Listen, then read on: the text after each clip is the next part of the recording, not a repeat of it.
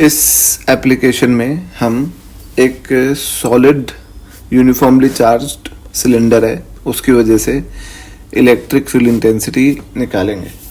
और सबसे पहले अंदर निकाल रहे हैं, तो inside it R is less than R। अंदर R जो है छोटे सिलेंडर का रेडियस, फर्स्ट नंबर के सिलेंडर का रेडियस कैपिटल R से छोटा है।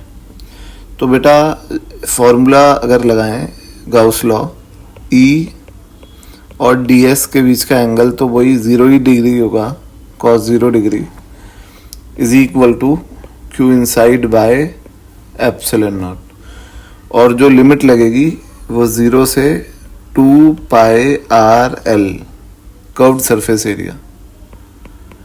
तो E into 2 pi R L will be equal to Q inside.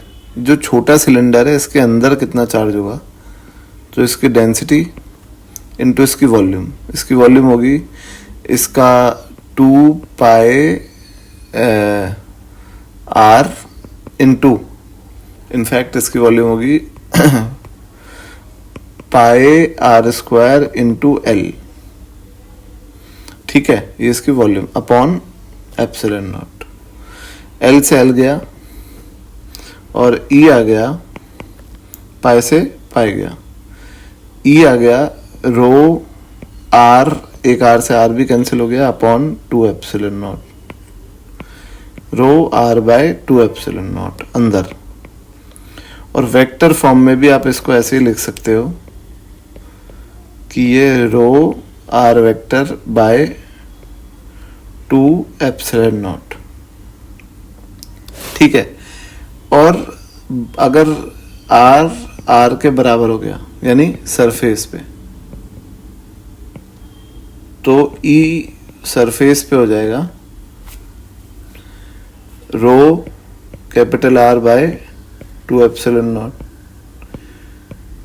अब अगर हम बाहर आ जाएं, R is greater than R outside, तो बाहर जो है फॉर्मूला लगाएं, integration E ds cos 0 is equal to, इसके बाहर जो सिलेंडर बनाया बड़ा 2, इसके अंदर का चार्ज जो होगा वो होगा rho into volume, volume pi R square L. अब ये बड़ी इंपॉर्टेंट बात है गौर करने की कि जो बड़ा सिलेंडर है 2, इसके अंदर जो चार्ज है वो सिर्फ इतनी वॉल्यूम में है, समझ गए? इस वॉल्यूम में कोई चार्ज नहीं है इसलिए मैंने कैपिटल R लिया है सिलेंडर का रेडियस। पर जो एरिया की लिमिट लगेगी वो गाउस सरफेस के एरिया की लिमिट लगेगी, और गाउस इन सरफेस सिलेंडर है बड़ा वाला 2, तो उसका area curved surface 2 pi R L. तो E into 2 pi R L is equal to rho pi R square L.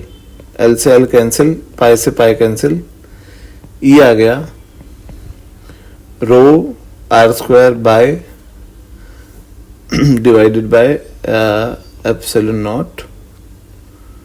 तो rho R square by 2 R epsilon naught, ये आ गया आउटसाइड। इसमें छोटा R के बराबर रख दो, कैपिटल R के बराबर, सरफेस पे आ जाएगा रो R बाय 2 एप्सिलॉन नॉट, जो हमने पहले भी डिराइव किया था। ठीक है बच्चों, अब नेक्स्ट एप्लीकेशन पे आएंगे। Thank you.